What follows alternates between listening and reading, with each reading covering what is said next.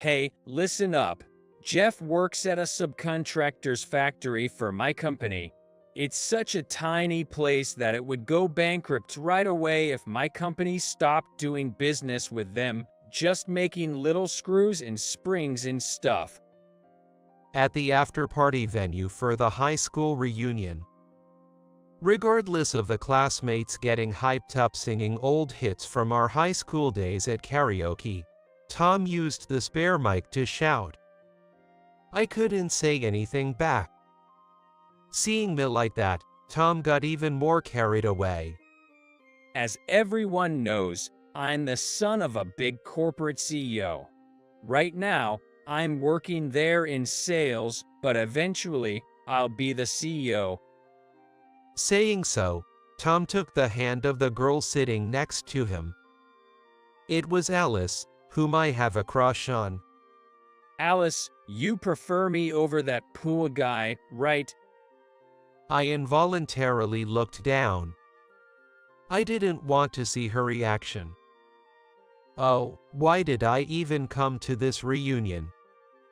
I wanted to see Alice. If I could see me in the past, I would yell, "Don't go."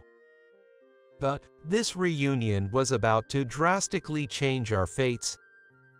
Upon hearing the reunion was being held, I decided to go.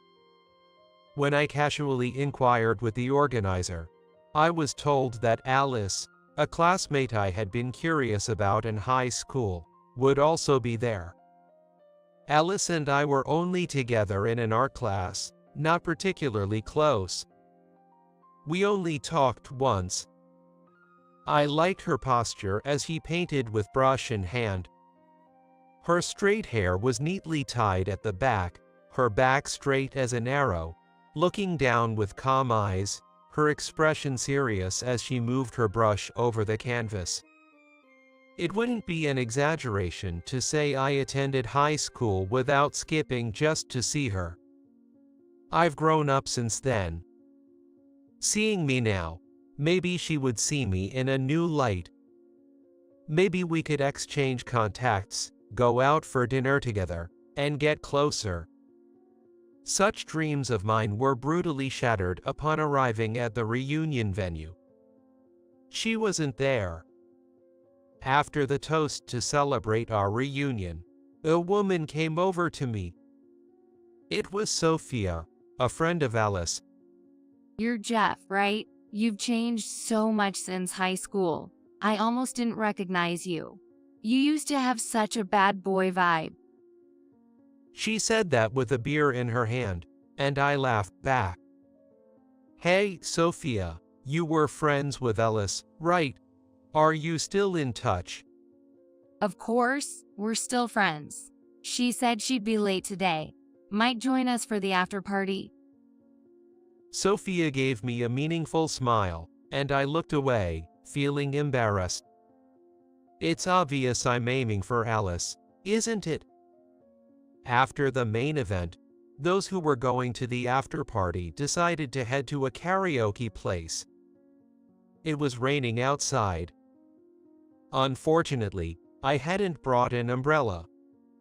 Like me, those who had forgotten theirs were squeezing in with others who had umbrellas. Left alone and about to be left behind, I was about to give up and head out into the rain when I heard a clear voice. Come under? Just as I heard it, a black umbrella covered me. Looking at the owner of the umbrella, I was momentarily stunned. The straight hair, those cool-looking eyes looking up at me. Though she looked more polished than in high school, it was undoubtedly Alice. My heart started beating loudly. Alice. Yeah, long time no see, Jeff. While I was nervously gathering heat in my face, Alice seemed calm.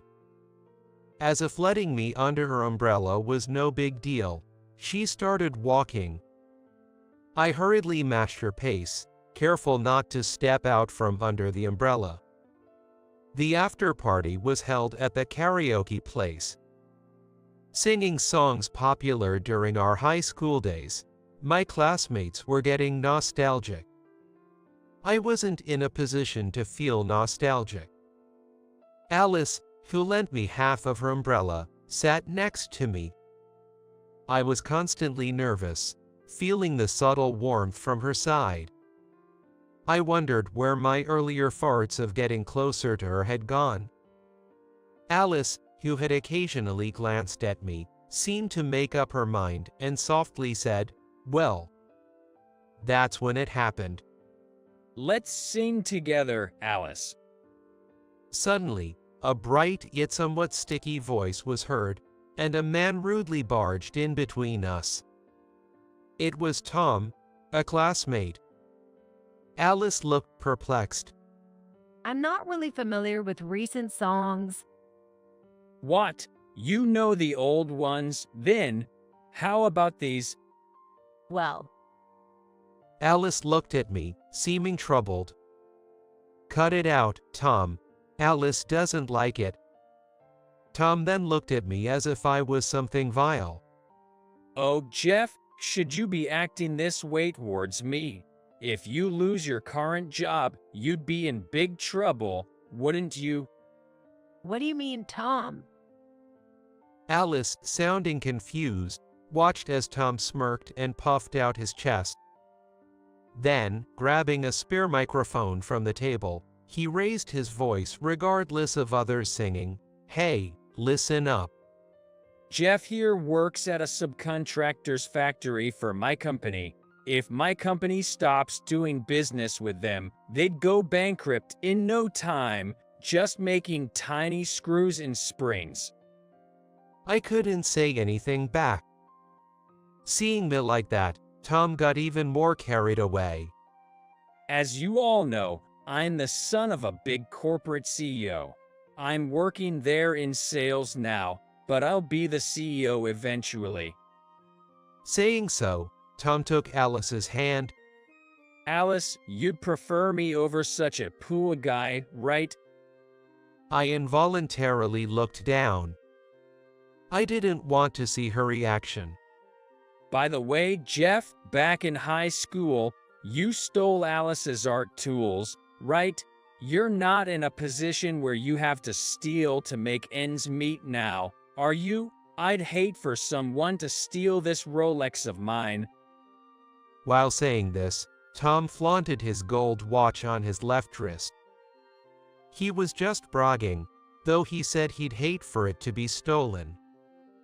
But what Tom said earlier made the others start looking at me like I was a criminal, murmuring as if remembering something. I couldn't help but sigh. In high school, I lived freely, ignoring those around me.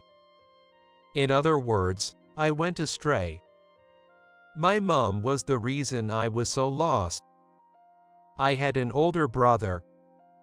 He was what you'd call a genius, remembering everything he saw and excelling in sports, music, and arts right away. In contrast, I was just average. I had to work hard just to be slightly better than average in studies and sports. My mom doted on my genius brother. I came to terms with it. Because my dad and brother praised me whenever I did well in tests or sports. However, when I was in 6th grade, my brother and dad died. We were on our way to a tutoring session in my dad's car when the accident happened. I was the only survivor. It seemed my mom couldn't accept that fact. Be like your brother. She demanded in the dimly lit morgue where my brother and dad lay. I could only nod. My grandparents had already passed away, and I had no other relatives to turn to. My mom was the only family I had left. But I was just an average guy, so unlike my brother, I had to work hard to excel in studies and sports. Whenever my mom saw my efforts, she'd scream, "Your brother never had to do that," forcing me to hide my hard work from her. Naturally, I couldn't keep this up for long. I failed in my application to middle school. I wanted to get into the most prestigious school in the district, but I was spectacularly rejected. Your brother would have passed with flying colors. You're nothing like him. My mom hysterically threw at me. After that, she started treating me like I didn't exist. The stress of being ignored by my mom and the pressure of trying to be like my brother led me to lose. I ended up at a mid-tier high school, where I became the student with the worst grades and behavior. I dyed my hair my favorite shade of blue, wore earrings, and never buttoned up my uniform, flaunting my flashy shirts underneath. Warnings from the school authorities meant nothing to me. I fought as soon as I got angry. I also didn't take classes seriously, and never did my homework. Of course, I skipped practical lessons.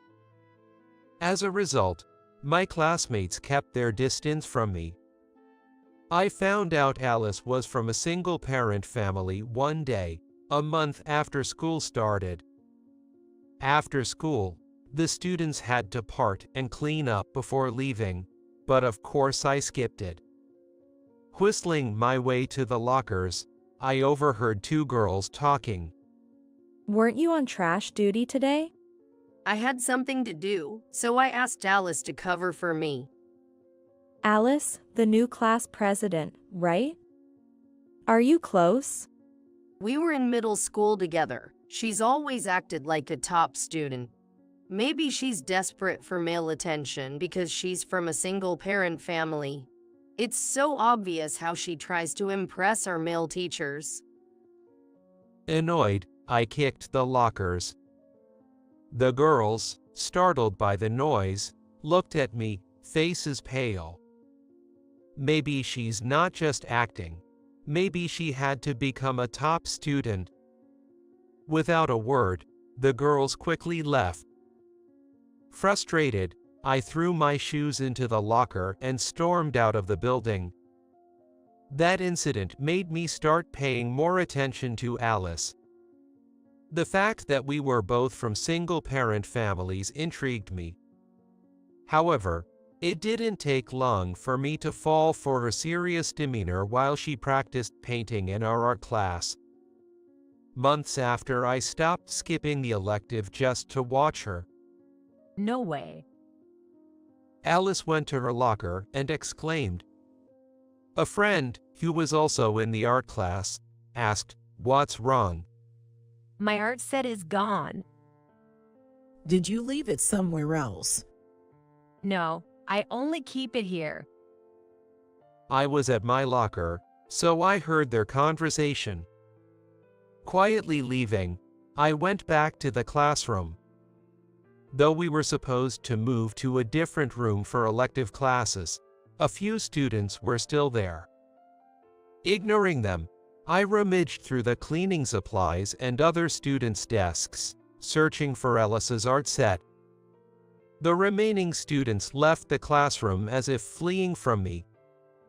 Ignoring the bell, I continued my search and found Alice's art set in another student's desk.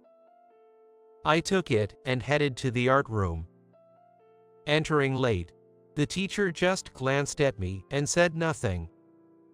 I knew the teachers had written me off as a lost cause, so I ignored them and went to Alice. She was borrowing supplies from the art room. She looked up at me, eyes wide with surprise. "Here you go." I handed her art tools, almost shoving them at her. She was taken aback. Realizing they were her own, she looked surprised. These are mine. Why do you have it? It's what Alice was looking for, right? Jeff, don't tell me you stole them. Tom, who had also chosen art class, cut in with a puzzled tone. Glaring at him angrily, Tom shrugged and said, Well, Jeff comes from a single-parent home. And he's poor, so poor people have sticky fingers, huh? Tom's muttered words reached the other students, and their gazes shifted to me as if I were a criminal. Feeling unbearable, I clicked my tongue and left the classroom. I thought I heard Alice say well, but I ignored it. Lost in thoughts of the past, I was brought back to reality by Alice's voice saying, "Everyone listen." She stood boldly with a microphone in hand. Jeff didn't steal my art tools. He just found out they were missing and looked for them. Right, Sophia? Alice then looked at Sophia, who was sitting diagonally in front of her. She nodded vigorously. I saw Jeff come back to the classroom before elective class and search around for something. I was scared of him at the time, so I left quickly, but he was looking for Alice's art tools. I hesitated, wondering if it was okay to nod. But Sophia's statement changed the atmosphere, and people started to see me in a new light. Tom, however, was desperate to destroy this new perception. Come on, he was just pretending to look for them and returned what he stole, right? Knock it off, Tom. The whole idea of Jeff stealing was because of you. You were the one who started saying he's from a single-parent family and poor. We're also to blame for looking at him with prejudice. A guy from the art class said this, and everyone nodded. They looked at me, saying, "Sorry, Jeff, and I know it's late, but..." Avoiding a stunned Tom, Alice stood in front of me, and she apologized to me. I'm sorry. I've always wanted to apologize. I knew you hadn't stolen them, but I couldn't correct it. Hearing Alice's words warmed my heart. I was happy to know that she had believed I was innocent all along. At the same time, the feelings I had for her in high school began to resurface. If there was ever a chance to get closer, it was now. Alice, come, if it's okay with you. Can we exchange contacts? But it was Tom who interrupted me again. What? Do you want to exchange numbers with Alice, just because she's been nice to you? Don't get cocky, you poor thing. Alice is going to marry me, right, Alice? The room buzzed, and Sophia exclaimed in surprise, "Is that true, Alice?" Alice just looked down silently. I felt as if I'd been punched in the head. Jeff, you might have been aiming for Alice, but a poor guy like you marrying her, that's impossible. Tom's mocking laughter echoed in my head. My memory after that was very faint. I don't remember how I got back to my apartment. Waking up to the bright morning sun and the alarm clock, I was surrounded by beer cans. Sitting up, my head throbbed painfully. It was clear I had drunk in despair after hearing that Alice was going to marry Tom. Holding my shaky head, I went to work. But in that state, I shouldn't have. I slipped and dropped a box full of screws onto my foot. I was rushed to the hospital. Diagnosed with a fractured foot, I was admitted for treatment. The factory manager who rushed to the hospital let out a deep sigh when he heard about the accident. I tensed up involuntarily, and he said, "Oh, sorry." It's not that I'm disappointed in you. I just want you to be at ease. Those words naturally soothed me. It's rare for you to have an accident like this. Did something happen? I heard you were going to your high school reunion yesterday.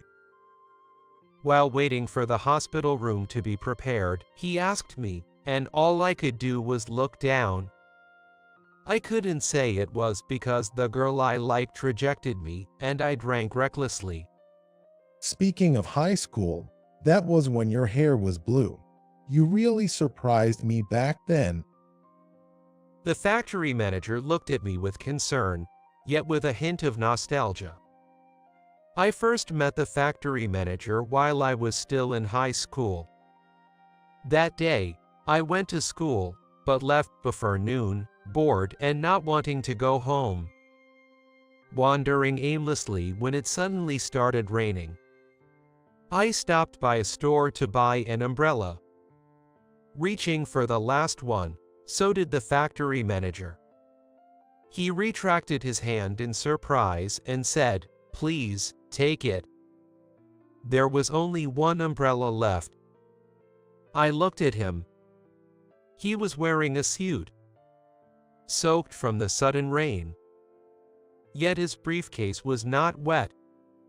He held it carefully so as not to get wet.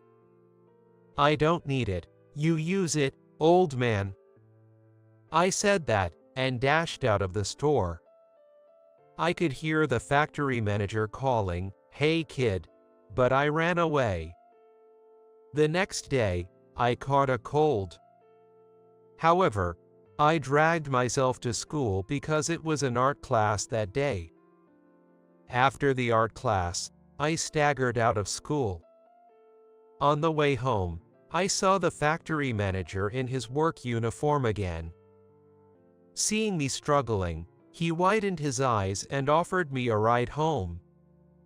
Not just that, seeing no one was home, he took care of me. "I'll borrow your kitchen," he said, and brought me warm soup. I didn't touch it for a while, steaming hot in front of me. "Why are you taking care of a stranger like me?" I snapped, but he didn't seem to mind. You gave me that umbrella yesterday, and it really helped me. I was on my way to a critical business meeting that could affect the factory's future. I wanted to thank you, so I looked for you. Your blue hair made it easy to find you," he said with a light laugh. Comforted by his smile, I finally tasted the soup. It was delicious. Realizing it had been a long time since I had someone else's cooking, I shed tears. "Are you okay?" Concerned, the factory manager listened as I told him about myself. I lost my dad and brother when I was in elementary school, and my mom told me to be like my brother. He was a genius, so she loved him more than me. I tried hard to be like him for her, but it was impossible. No matter how hard I tried, my mom never acknowledged me. I tried so hard, but I could never be like my brother. I must have been weakened by the fever to share such things with someone I just met. And I always wanted someone to hear that. The story I had a hard time with.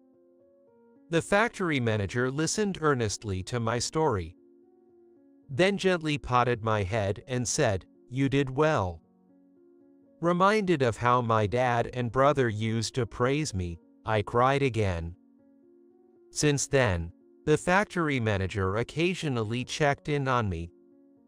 Knowing I came all the way from the next town over, I asked if it was all right for him to be away from the factory. He laughed and said, "The employees are all reliable, so there's no problem if I step out for an hour or two." I felt he was a good factory manager who trusted his staff. He scolded me when I didn't go to school and looked worried when I got into fights. After meeting him, I gradually started to study more, and he praised me for it. When it was time to decide on a career path, I told him I wanted to work under him. "Really, of course, I'd be happy to have someone kind and hardworking like you. But I think of you like my own son. You've already worked hard enough. I want you to live the life you desire, to be true to yourself." Feeling a warmth in my chest, I wanted even more to work with him. I bowed my head again and said please, and the factory manager said, "All right." "But there's one condition. You have to live in the company apartment. You need to get away from your mother." I immediately agreed to the condition. I told my mom I would work instead of going to college and move into the apartment, but she showed no reaction.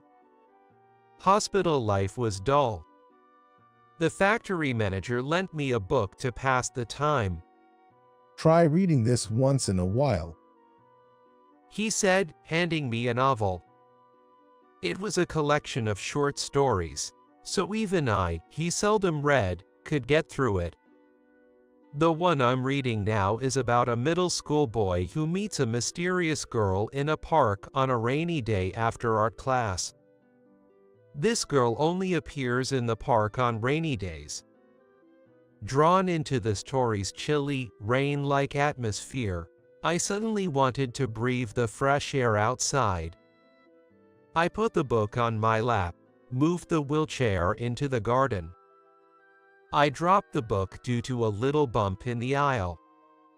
As I bent down to pick it up, a white and beautiful hand quickly grabbed it. Recognizing the hand, I looked up in surprise. There was Alice.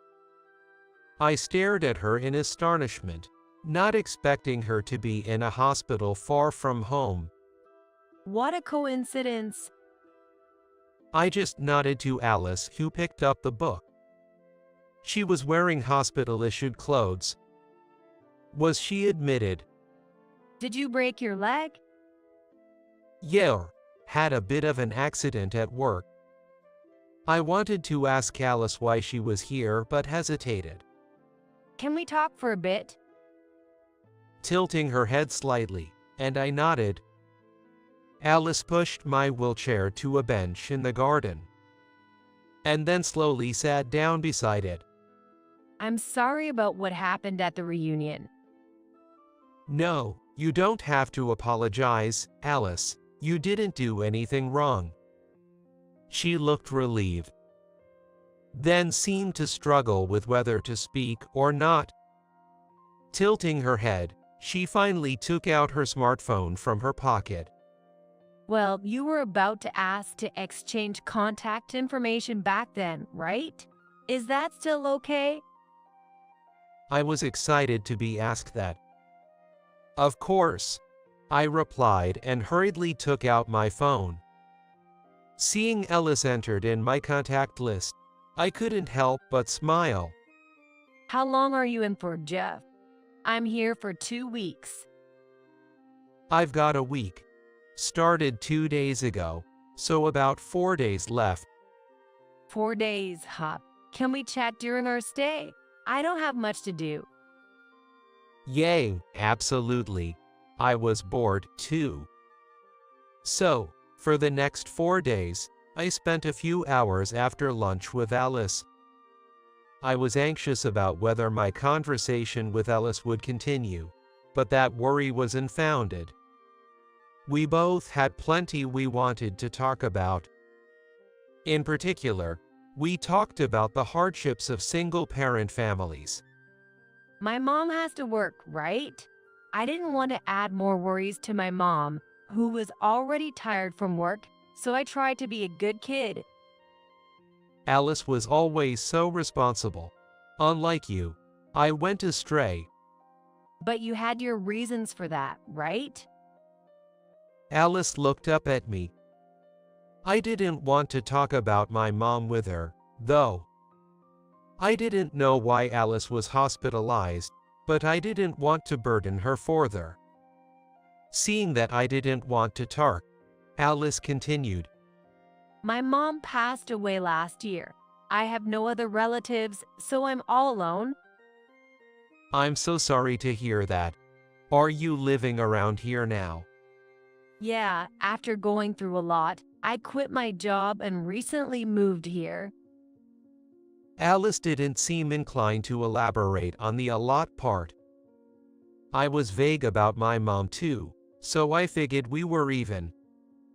4 days later, I was scheduled to be discharged as planned. Alice saw me off at the hospital entrance.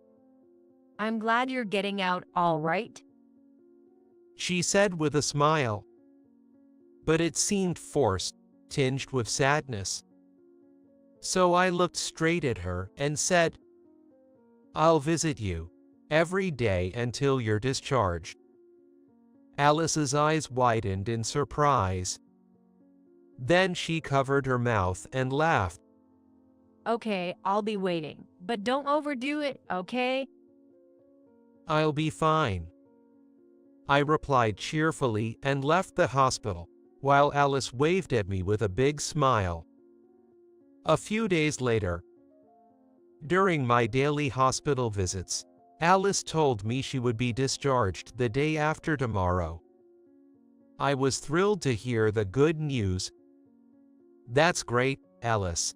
I'll take a day off to help you with your stuff." I don't have that much to carry, but if you want, how about we celebrate afterward?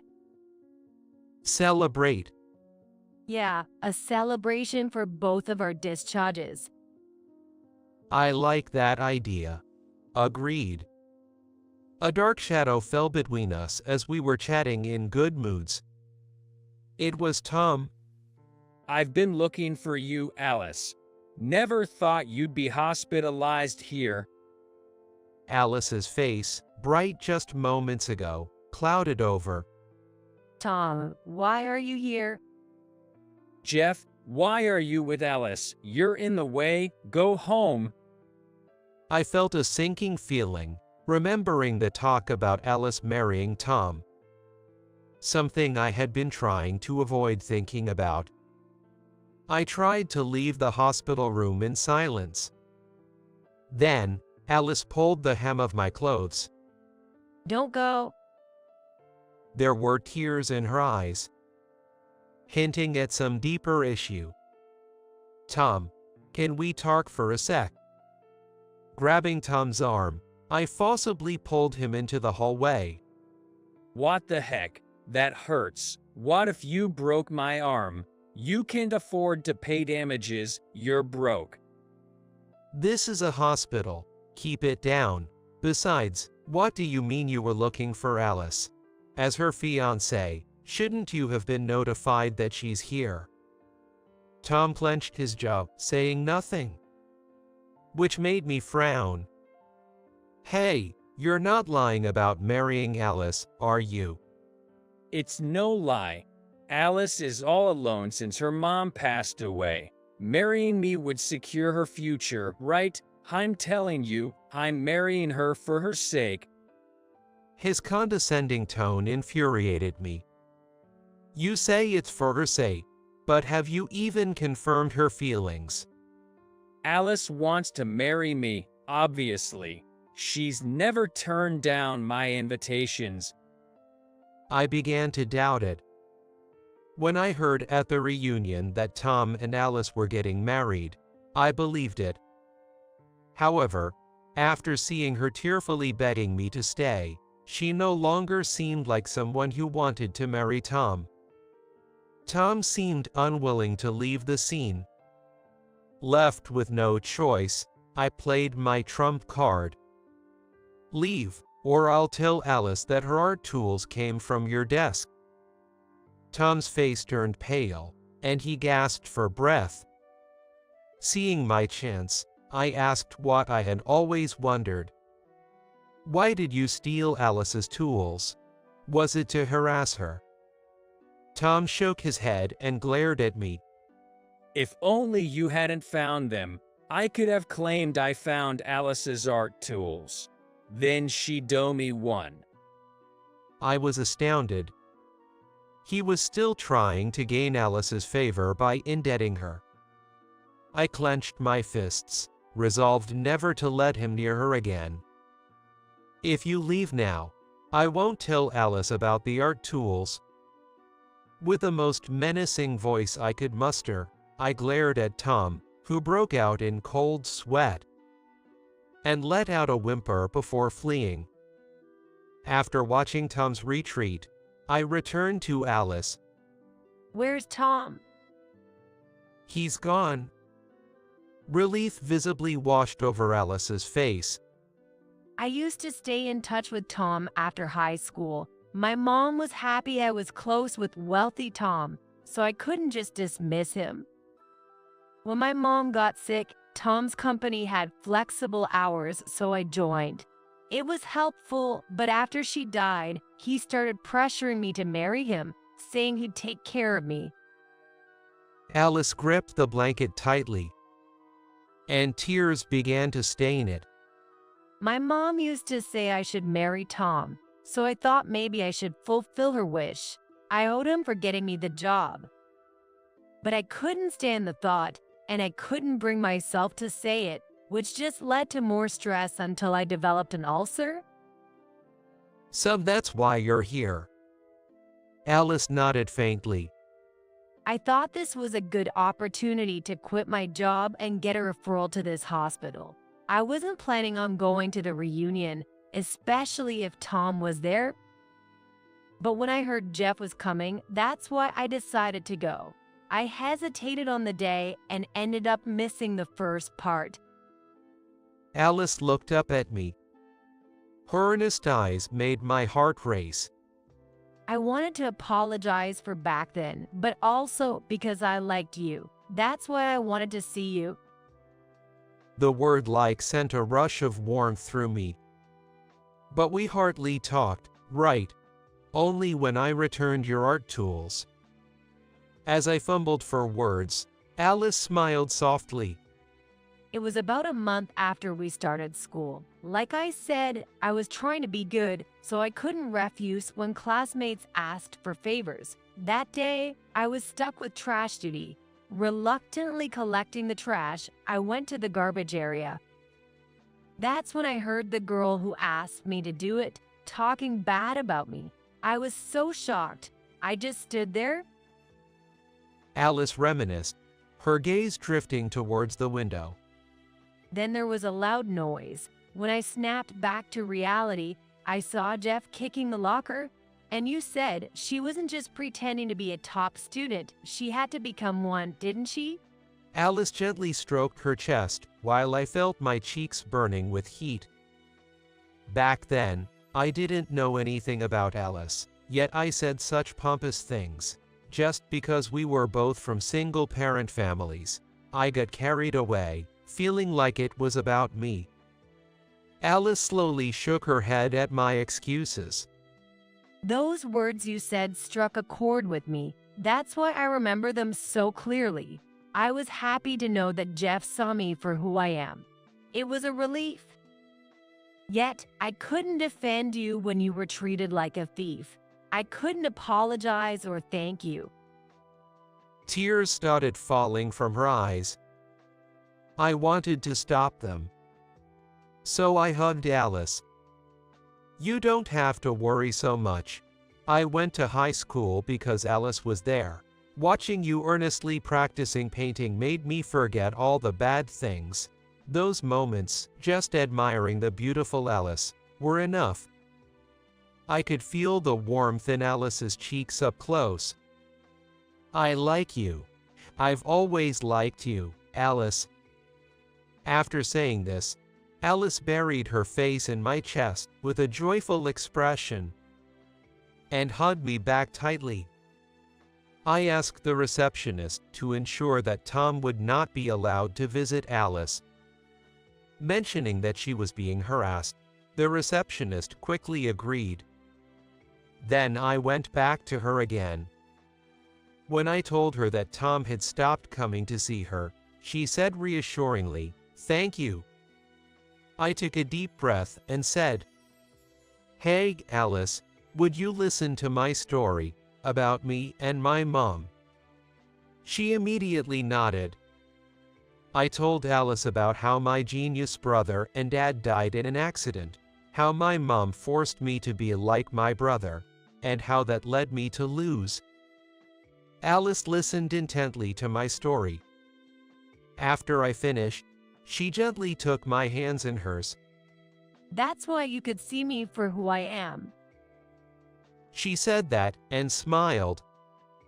Feeling like Alice was embracing my past self, I started to cry. The next day, I asked the factory manager for some time to discuss something. I have a classmate looking for a job. Can we hire her here? She was always very diligent, like a class president throughout high school. After I pleaded, the factory manager crossed his arms, pondering. Is this girl someone you like? Caught off guard by the question, I felt my face turn red. Seeing my reaction, the factory manager smiled amusingly. Putting that aside, if you're recommending her, she must be good. Can you tell her to bring a resume and come for an interview? Thank you so much. Elated, I thanked the factory manager. A week after her discharge, Alice started working at the factory as an office worker.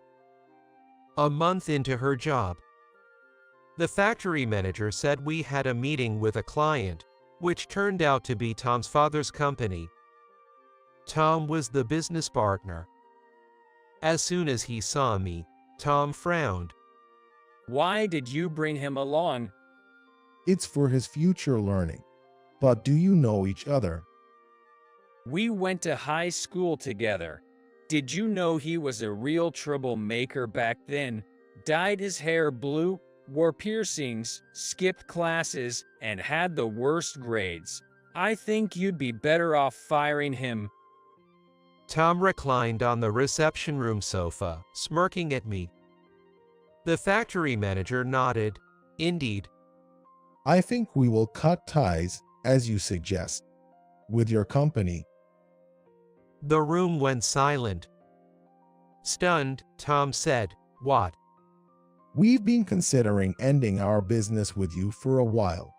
We owed your predecessor a favor and have been supplying goods at a loss. Wait, what? If we stop doing business with you, your company will not just be in the red, but go bankrupt, right? Are you sure you want to end this partnership? No problem.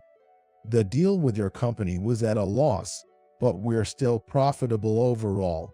Ending our business will actually reduce our losses, which is a relief. What about the debt of gratitude to my predecessor? Are you planning to repay kindness with betrayal? We've repaid it sufficiently. As Tom became increasingly agitated, the factory manager calmly stood up, looked at me, and said, Let's go. He then quickly left the room, and I hurried after him. Turning back, I saw Tom standing there, stunned. Are you sure about this? As he said, they were our major client, right? As I mentioned earlier, we're still in the black overall, thanks to you. Confused, I tilted my head, and the factory manager looked at me with softened eyes.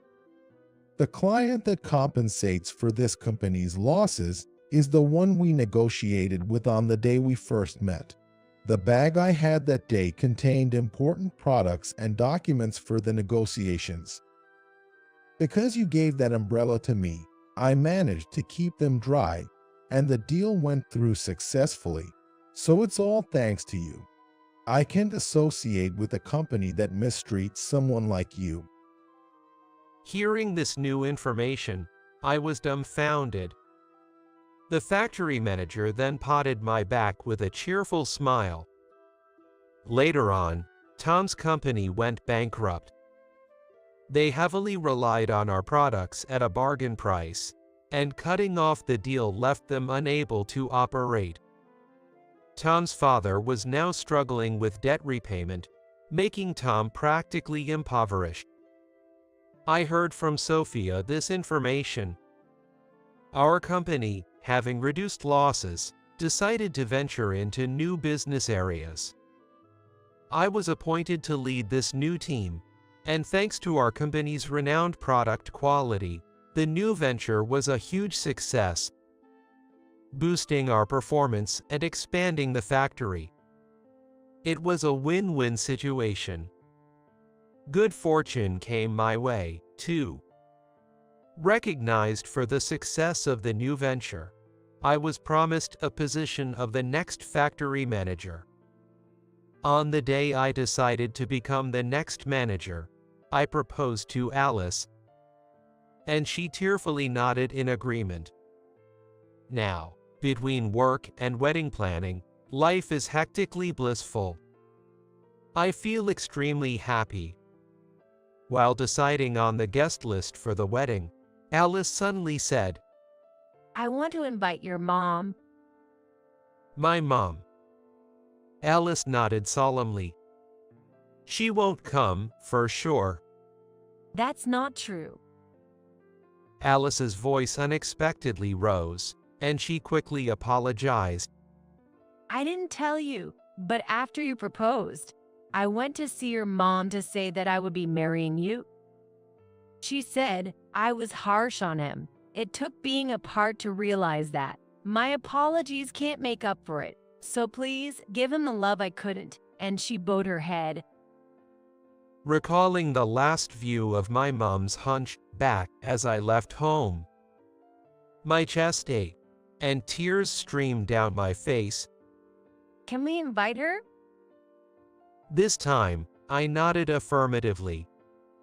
Living under pressure to fulfill my mom's expectations led me astray, and I got lost. Yet, there were people who saw me for who I really was. Thanks to them, I regained my true self and am now firmly walking my own path in life. I hope that those I love can also walk their own paths.